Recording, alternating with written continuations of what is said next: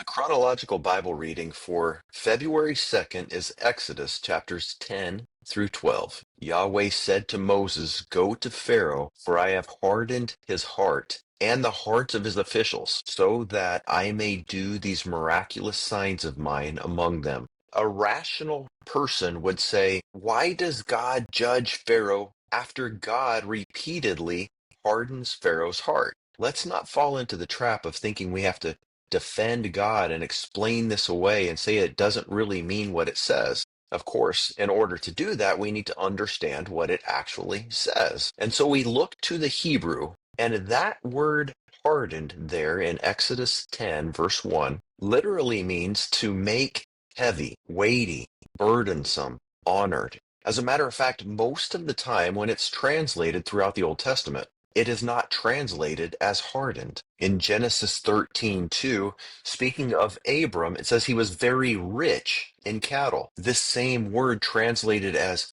hardened is translated as honor when the command is given to honor your father and your mother. This word really seems to mean something much more than just make hard.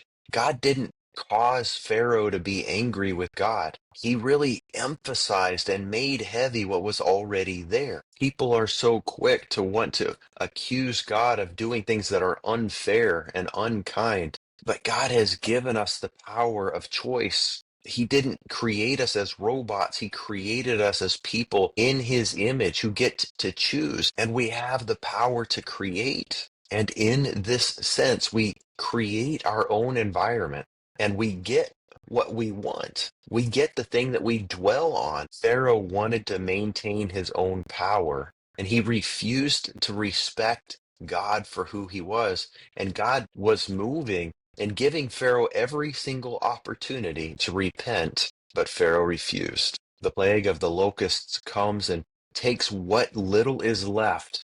Even Pharaoh's officials now are questioning him. How long must this go on? Why don't you just give up and let those people go? It's costing us everything. Down in chapter 10, verse 20, once again, it says, God hardened Pharaoh's heart. And interestingly, this is a different Hebrew word. It means to make strong, to strengthen, to harden, to prevail, to take hold of. Speaking of the famine that brought Israel to Egypt in the first place 400 years prior, it's translated as severe. The famine was severe in the land. Once again, it's showing us that God didn't put something in Pharaoh's heart that wasn't already there. He was just firming up and emphasizing. He was trying to show Pharaoh, unless you repent, unless you humble yourself, this is what you're going to get. And so we come to utter pitch black darkness, which represents the lack of God's goodness, the lack of God's light. When we completely and totally reject God, there comes a time when there's no light left. We will be separated from him if we don't accept him on his terms. And then we get to the final plague, the taking of the firstborn. In this, we see that God will take for himself from Egypt the thing that Egypt is withholding from God. At first, he was just requesting they would be allowed to go for 3 days, but Pharaoh held on to that which did not belong to him. And because he was obstinate and stubborn, selfish, and full of pride, he and all those who were aligned with him suffered great loss. Chapter 11, verse 3 says Moses was so very highly regarded among all of Pharaoh's officials and the people of Egypt. It wasn't enough for them to respect Moses. They had to come out of the world system that was opposed to the thing God was doing, or else suffer the wrath of this holy God as he was moving in power to set his people free. All those who did not partake in the Passover suffered the loss of their firstborn son. And this wasn't just about Israel versus Egypt, because when the people came out in chapter 12, verse 38, we're told it's a mixed crowd. When the instructions are being given for the Passover, it says no foreigners were allowed to eat of it. But then if you continue reading in that very same paragraph, if there's a foreigner or an alien, somebody who's not part of the Hebrew culture, who wants to partake, they must be circumcised. They must cut away the flesh. They must make a permanent decision to enter into covenant and say, I want to become one of you. I want your God to be my God. The immigrant can partake with you, Israel, but they must become part of you.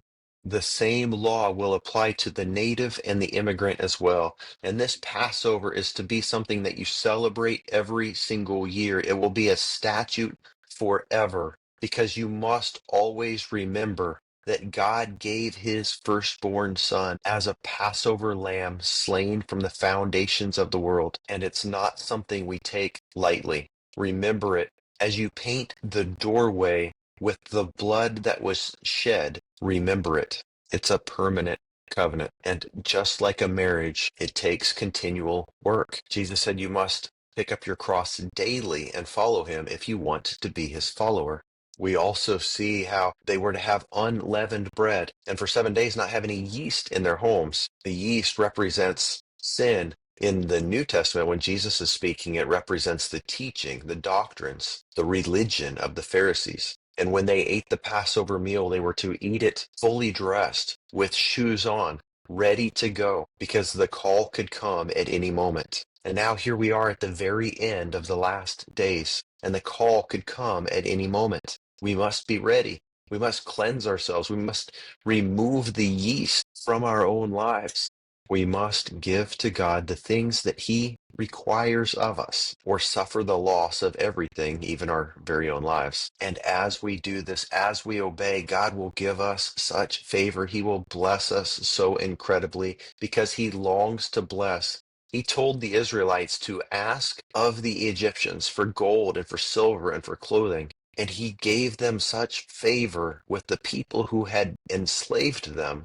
The Israelites plundered the Egyptians by asking them for these items. The people who were slaves came out with great wealth. They received back pay for all of the hard work that they'd ever done. And God says he's going to repay you as well, not because he has to, not because he owes you anything, but because he's good, because he loves to, because he's passionate about giving you the things that you really want if you're willing to put forth the hard work of becoming the person he wants you to be. And so may he bless you. May he help us all do that. May we become the people he wants us to be, the best version of ourselves. May he humble us. May he fill us with his spirit. May he give us joy and peace, patience and kindness, gentleness, goodness, faithfulness, and self-control for his glory, for our good, and for the advancement of his kingdom. God bless you, my friends. Thank you for tuning in. We'll see you tomorrow.